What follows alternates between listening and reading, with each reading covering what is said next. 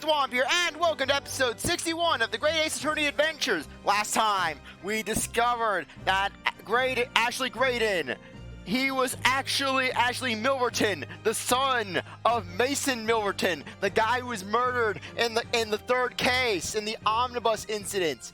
And that basically, we're suspecting that he was stealing government secrets. The next step in his crime ladder after stealing milk from people. And now we will continue on. The answer is obvious, because it contained the second disc, which the intruder was desperate to retrieve. Since if it were to fall into the hands of the police, it would be proof of high treason. Well, Mr. Graydon, do you deny that all of this actually began on the fateful night 2 months ago? I refuse to accept any of this nonsense! Sir, there appears to be blood seeping through the sleeve of your jacket. What? Ah! Iris, get the smoke grenade! Thank you, Rudo! And then Iris takes out her bazooka and just blasts Graydon with a smoke grenade. 2 nights ago, we know that 3 shots were fired at the scene of the crime in the Windibanks pawnbrokery. 1 shot took the life of the pawnbroker himself. 1 struck the pouch around Mr. Sholm's waist.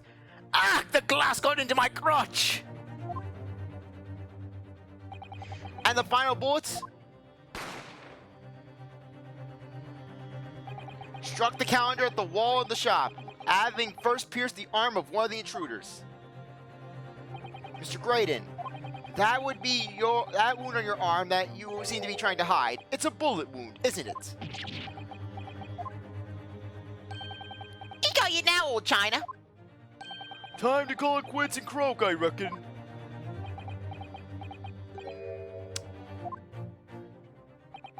Don't acknowledge my presence there under any circumstances whatsoever.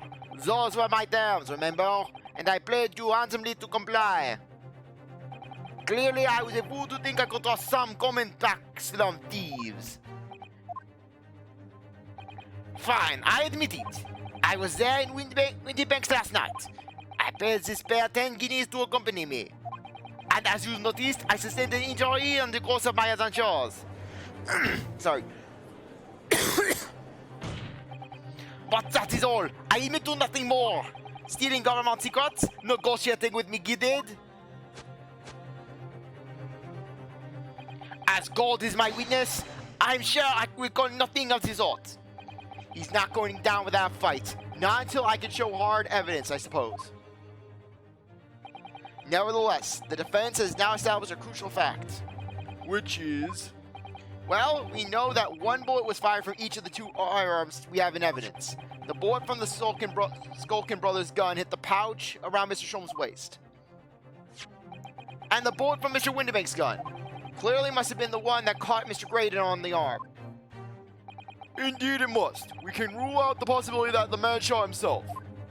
Though, considering how Windibank was, that is still a possibility. And that leads us to only one conclusion. Mr. Windibank was shot by a 3rd gun, which can only have been fired by the 3rd intruder. Goodness! That's right, Mr. Graydon.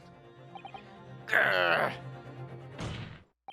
The only person who could possibly have shot Mr. Windibank that night is you! Hold it!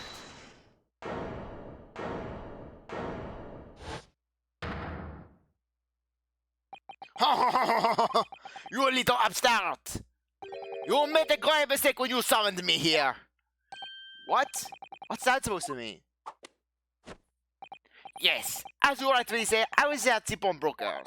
I did my best to hide the fact, naturally. I had no intention of running a distinguished career. Ruining a distinguished career. I bit myself at the communication session. But did not ever cross your mind? Did you ever consider the possibility? What? What do you mean? What thought? What possibility? The possibility is that if I was at the scene, I may have witnessed the crucial moment. You see. This makes me a key witness in this case, and I have my hands firmly around the neck of your client. What? Oh, are you suggesting? I saw it all. I saw the very moment the pickpocket girl put the gun at the boy defenseless pawnbroker and shot him. You what?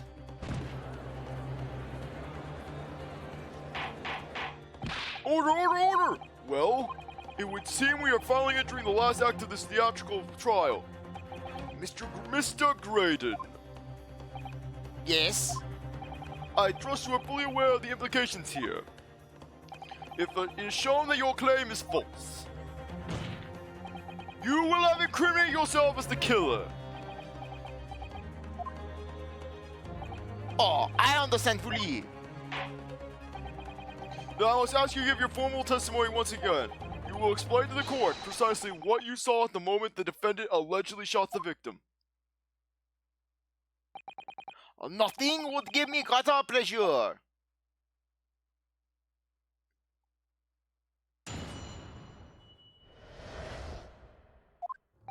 While these ruffians were jostling with the broker, I was still near the entrance of the shop. Where Windibank to gnash over the counter, I felt a sharp pain in my arm. I pursued the man, but he shut himself in the storeroom. I could see him peeping through the people in the door. The accused in a black coat shot the man in the back as he was trying to flee to safety. I saw the blood splatter all over that wretched girl. Then she tossed the gun over to the people, so I picked it up and made my escape. Good gracious, this is quite extraordinary testimony. You claim, sir, under oath, to have clearly seen the defendant pulling the trigger. Order, order, order! It wasn't in my intention to testify in this way. But neither is my intention to be found guilty of a murder I did not commit. So you see, my hand has been forced. I tell the truth now as an act of self-preservation. The truth. Until now, the prosecution was completely unaware of these details. Yes, well, sorry about that. Having shot me in the arm, the pawnbroker was then shot in the back by the accused. And as I say, she was showered in his blood. You say the blood splattered over the accused's coat. Are you sure on that point? Oh yes, quite sure. All over the black overcoat that pickpocket girl was wearing at the time. Really? If her coat could somehow be shown to harbor vestiges of blood, that would be conclusive evidence here. Such an investigation is entirely possible, my lord. What? Only very recently, a German scientist has developed a technique to identify human blood. So here's the true science, not some amateurish detective's dubious foray into the world of chemistry. There's nothing dubious about Hurley's work. His ideas are mostly sound.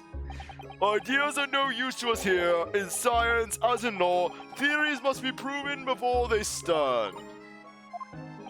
In Germany, the technique is already employed in the courtroom as the basis of evidence. Scotland Yard has a small quantity of the chemical reagent used. With your lordship's permission, The first ever case of Luminol in the Ace Attorney series. The day the world stood still, the happiest day of Emma's life. Emma, this is her favorite moment in history. She reads about this in the history books. we could shatter all vestiges of doubt within minutes. It doesn't look good, Luminol. Why not? Well, we know, don't we, that there's blood all over the Ferrotini's coat. If they test it with their chemicals... Oh, help! You're right! I was forgetting what happened yesterday. Don't move, Ginny. I'm gonna shoot.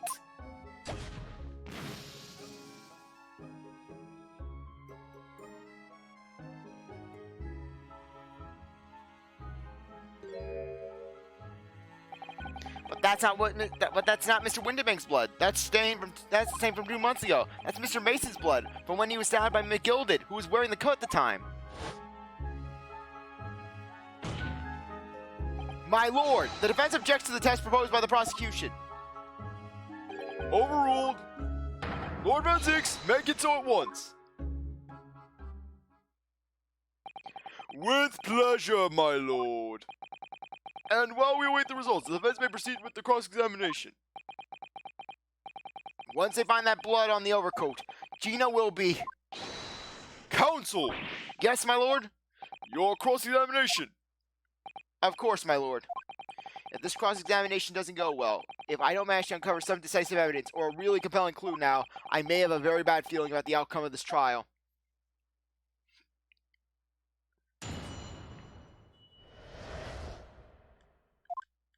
Okay, I believe that it is not this one, but the third one. Hold it! You mean you chased after him? I don't recall the reason why, but I ran after him to the back of the shop. And what about this peephole in the door you mentioned?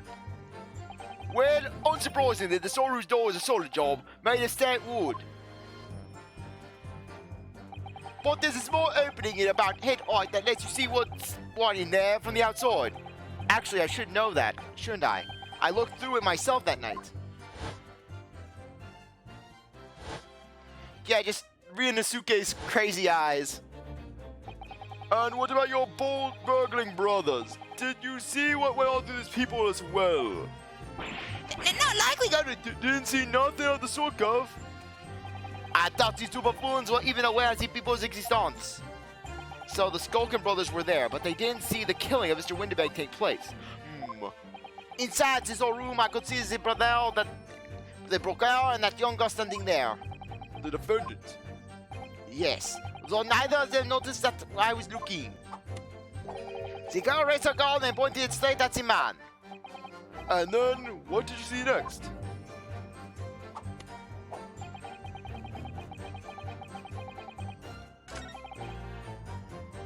Okay.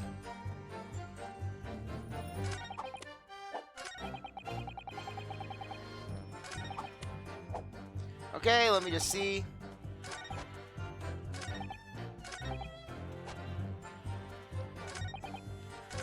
Okay, I think this is the one we have to actually press. You mean that's the moment you were shot? Yes, though I didn't immediately realize what had happened, of course. Things crashed to the floor and the counter as the three men were brawling. It was at exactly that moment that it happened, so I didn't hear the gunshot. And the bullet went to strike the counter in the wall behind you. So it would appear. When I looked at my arm, I saw it was bleeding badly, so I wrapped my handkerchief around it. Seeing as I couldn't explain what had happened to a doctor, I had no choice but to wait for it to heal. I didn't imagine it would still be bleeding 2 days later. Did Mr. Windibank intend to shoot you, do you think? Well, now, I don't imagine he even noticed I was there, to be honest. Perhaps the gun went off accidentally. Anyways, it didn't quite strike home. When I pulled my gun on him, he tried to shove me out of the way. And then he scattered through the door out back. At which point, what'd you do?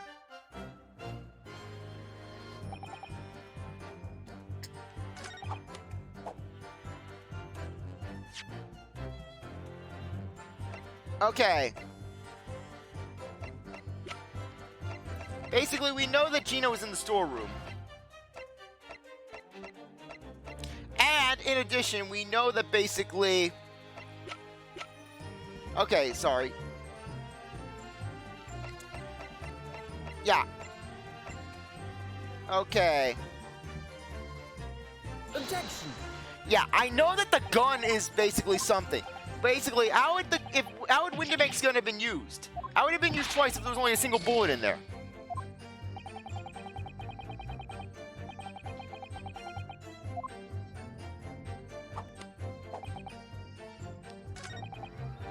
Okay.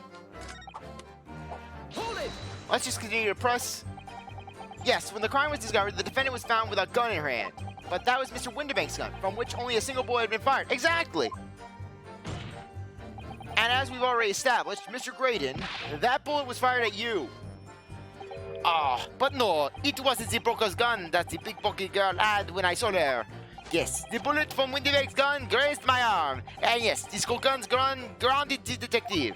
But this was another gun entirely, a third gun. The broker's gun was not the murder weapon, so clearly there had to be a third firearm involved. In other words, the accused must have had her own gun with her at the time. But no other gun was found at the scene. Ha ha ha ha ha! Calm yourself, counsel. Sorry? You must consider the events in order. At first, I saw the broker and the girl glaring at each other, but then, all of a sudden, the broker turned to run. And it was at that moment that the little gutter rat shot him in the back. A chilling image, I shall say.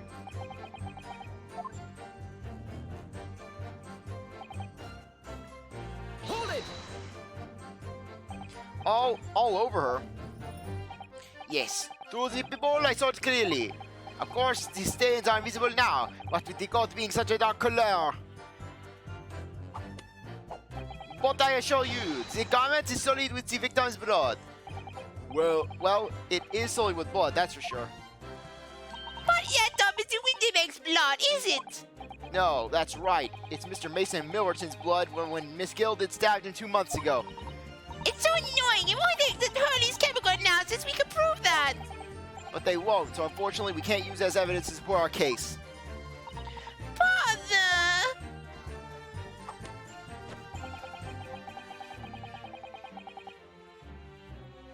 Hold it! Did I hear you correctly? She threw the gun out of the room. That's right. After the broker went to the floor, she started walking over. Over where exactly? In the direction of the storeroom door, to where I was watching. Of course, I quickly retreated, and then the girl dropped the gun to the people onto the floor on my side of the door.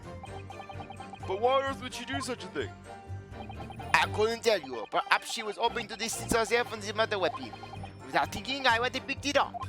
I suppose I was worried about just leaving it there, and if any more atrocities took place. So it was you, in fact, who took the third gun for the scene of the crime. Yes, it was yours to leave. I left it clear up to my lackeys to the left. Clear up? We made a bit of a mess around the counter, so me, Mr. With some fluid here told us to tidy up. He thinks he's our blooming mum or something. Well, I was paying you enough, by God. Eh. Tell me, Mr. Graydon, when you left the pawnbrokery that night, what was it by any chance with the second disc in your jacket pocket? You're like a bull. You're like a bull at the gate, aren't you? I am not sulky! How many times do I have to tell you I am not sulky? Please don't kill me! I'll kill you, alright! Stop calling me sulky! Excuse me. Gentlemen! I'm not sulky!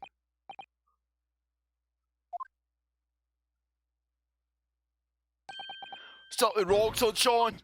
That should be my line. You do realize you were just violently shaking Mr. Skulkin. Blimey, this is a bit of an hooligan, ain't he? What was going on just now? You saw him. He grabbed me whistle.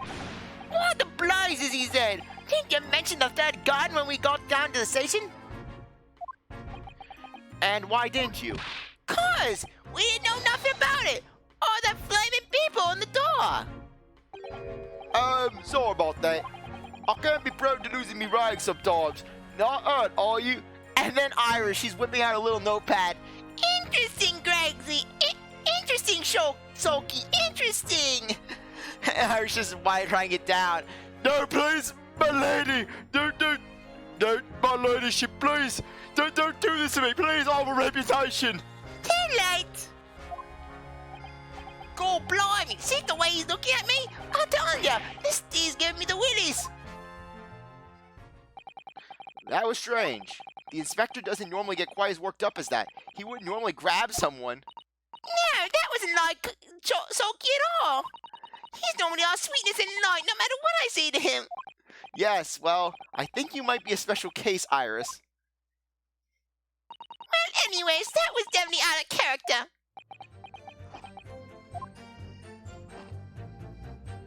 What's your feeling, Muno?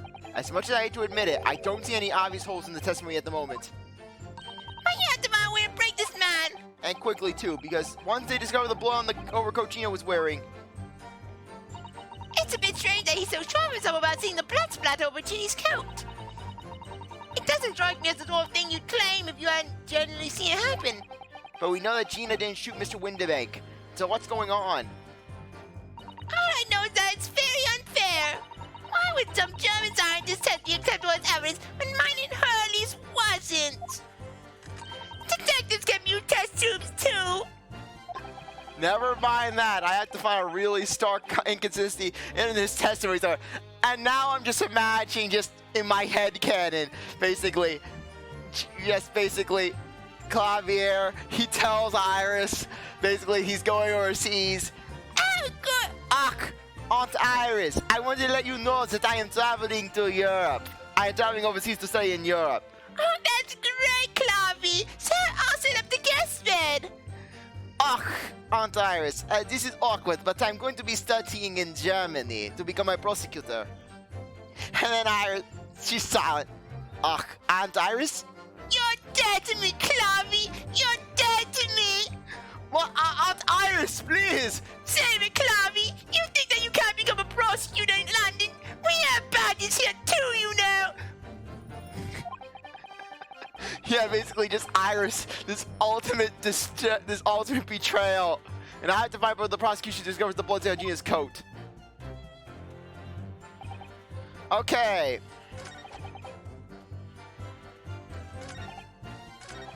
Okay, I do not know what I'm doing.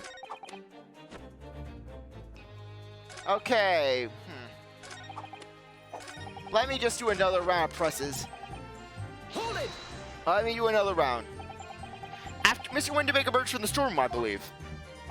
Ringo and Nash was scouring the counter when he suddenly appeared and flew at them. He already had the revolver in his hand. Fortunately, I wasn't too close.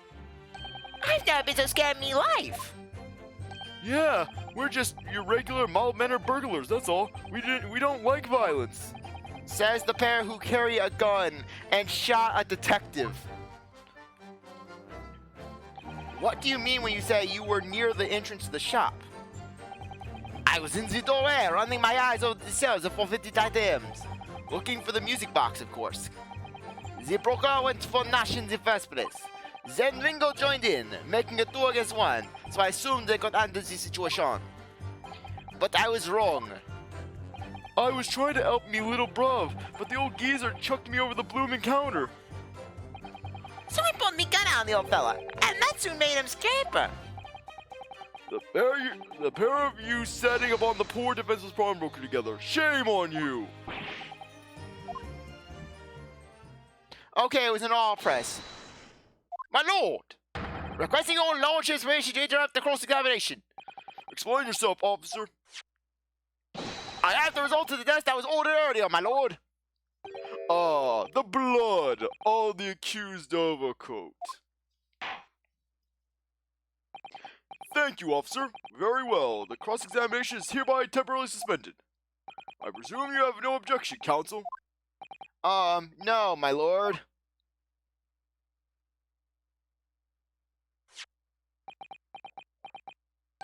Well, there you have it.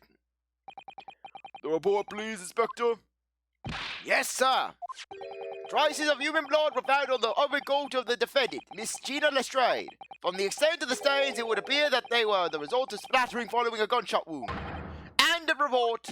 Goodness me!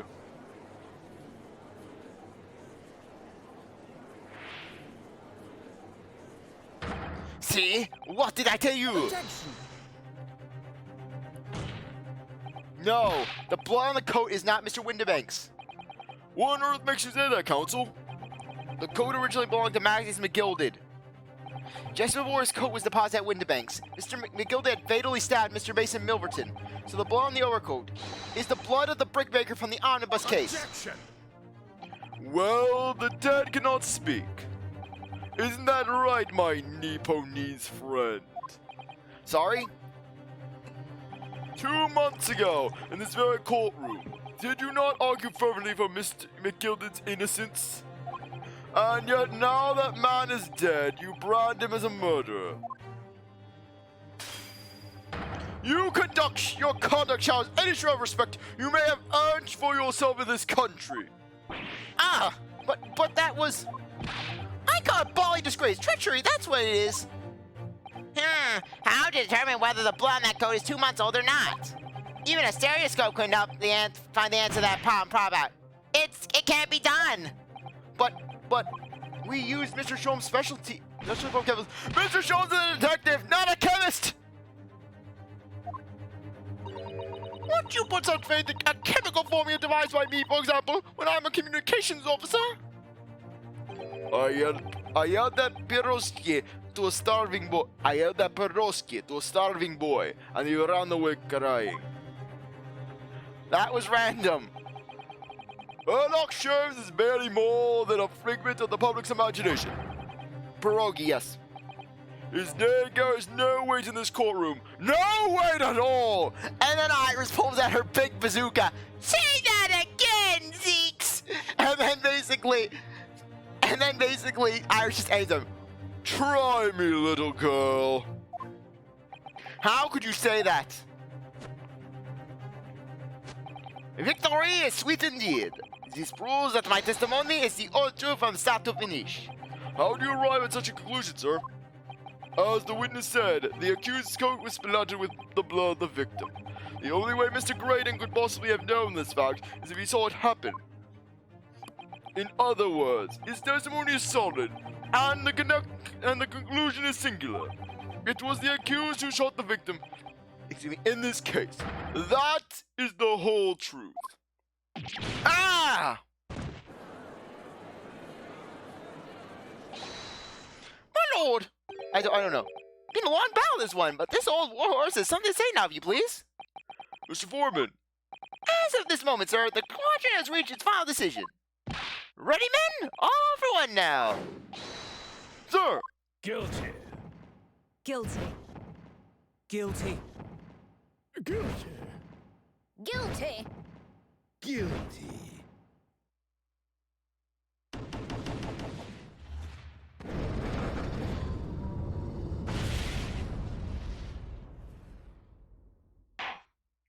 Well, it would appear the ladies and gentlemen of the jury have reached a unanimous verdict.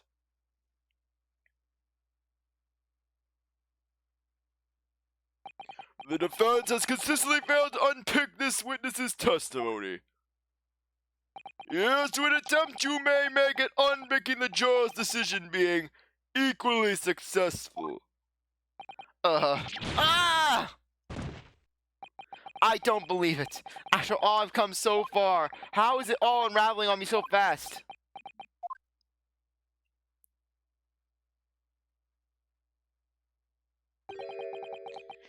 I don't know who's speaking.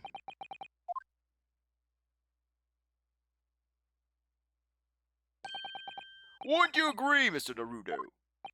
Officer, you've delivered the report now. That would be all, thank you. It occurs to me with some irregularity, Mr. Naruto, that scientific truths are determined not by science, but by none other than the human mind.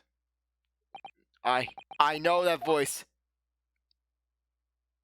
Am I going mad?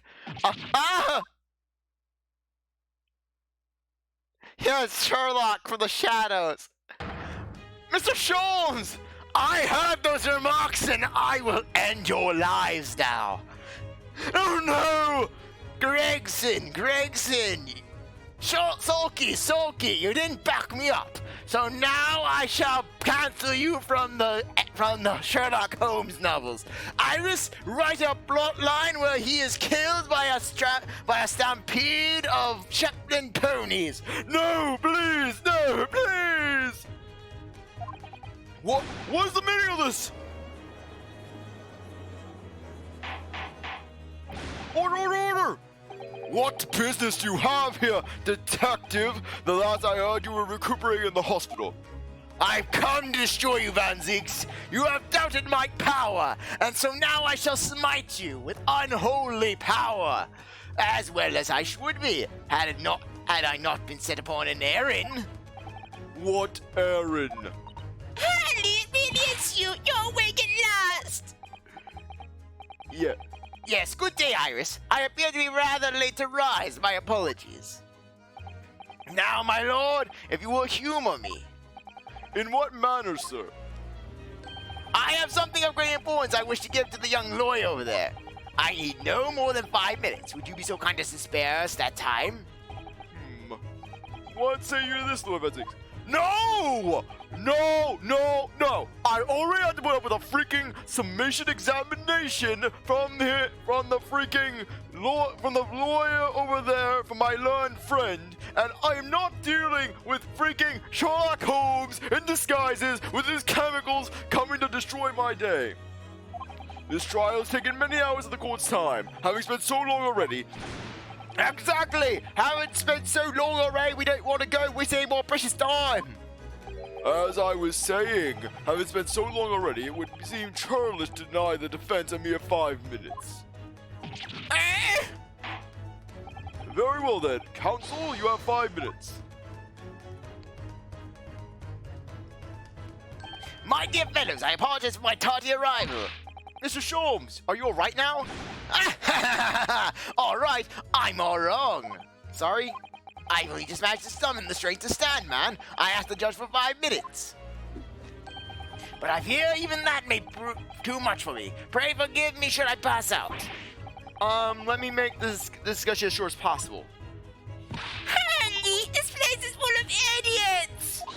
None of them will go see how wonderful your chemical blood analysis is. Ah, well, that concoction of mine really was just a bit of sport to assist me in my investigations. I never took the trouble to refine it for the appraisal of the scientific community, an oversight on my part. Right, modesty, surely not. But enough of that. I'm here to give you this, my dear fellow. What's that? A lavender furoshiki wrapping? A leaving present from Miss Susato. From Miss Susato? Impossible! Matters were to be settled without me giving you this. Those were her instructions when she asked me for this favor. I don't understand. Miss Susato foresaw today's events, I believe. She knew that the culprit would attempt to escape justice by means both devious and underhand. And that you, Mr. Ludo, fighting fairly as you are, would find yourself in considerable peril. At that very moment of crisis, you were to be given this small parcel. Those were the dear lady's instructions. A leading partisan from Miss Susato-san, wherever it could be. The cat door. What is this? Oh, it's a machine I made. Ah.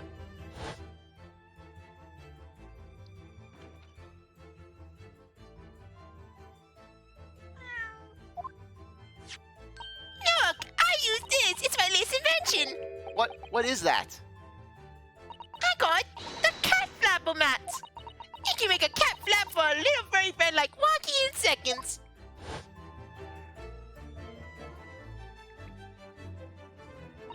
What's Susie up to? Miss Susato muttered the following words before she left. I'm a failure. I don't deserve to be a judicial assistant. What? Didn't she say something like that? You really are the best judicial assistant in the world. Well, that's extremely flattering. But I'm sorry to say that I've been a complete failure. Whatever did she mean by that, Mr. Sholmes? That night when you left Windibanks in pursuit of the thieves, Miss Susato made use of this contraption for a certain purpose. That is your answer, dear fellow. That is how she created freaking people.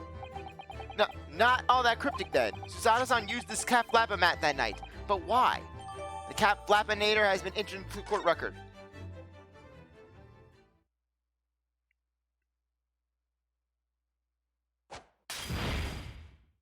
Your 5 minutes is over. And I think now would be a good time fun to declare this episode as being over. Anyways, I really appreciate that you stuck around to watch this episode. You're a great viewer and hope you come back for the next one. If you like this video, like, subscribe, comment, share, do everything you want. With that, I'll see you next time. Bye.